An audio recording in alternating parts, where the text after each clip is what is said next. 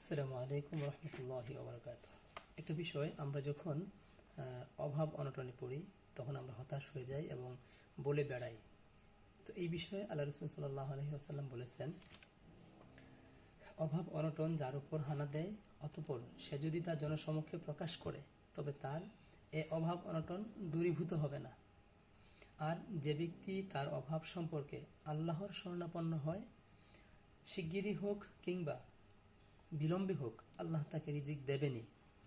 ইমাম আবু দাউদ এবং তিরমিজি রাহিমাহুল্লাহ হাদিসটি বর্ণনা করেছেন। অর্থাৎ আপনি অভাবের মধ্যে পড়েছেন, আপনি চাইবেন আল্লাহ রাব্বুল আলামিনের কাছে, কিন্তু আপনি দুনিয়ার মানুষের কাছে একটু যদি বলে বেড়ান তাহলে আল্লাহ রাব্বুল আলামিন এর সমাধান দেবেন না, রিজিকের সন্ধান হয়তো দেবেন না। কিন্তু আপনি যদি আল্লাহ রাব্বুল আলামিনের সাথে সম্পর্ক বাড়ান, আল্লাহ রাব্বুল আলামিনের কাছে চান, অবশ্যই আল্লাহ রাব্বুল আলামিন আপনাকে তাৎক্ষণিক হোক অথবা অতাৎক্ষণিকভাবে হোক, দেরিতে হোক কিংবা নগদে হোক, আল্লাহ রাব্বুল আলামিন আপনাকে অবশ্যই অভাব দূরীভূত করে দেবেন। আল্লাহ রাব্বুল আলামিন আমাদের সবাইকে আল্লাহ রাব্বুল আলামিনের সাথে সম্পর্ক বৃদ্ধি বেশি বেশি করার তৌফিক দান করুন। আসসালামু আলাইকুম ওয়া রাহমাতুল্লাহ।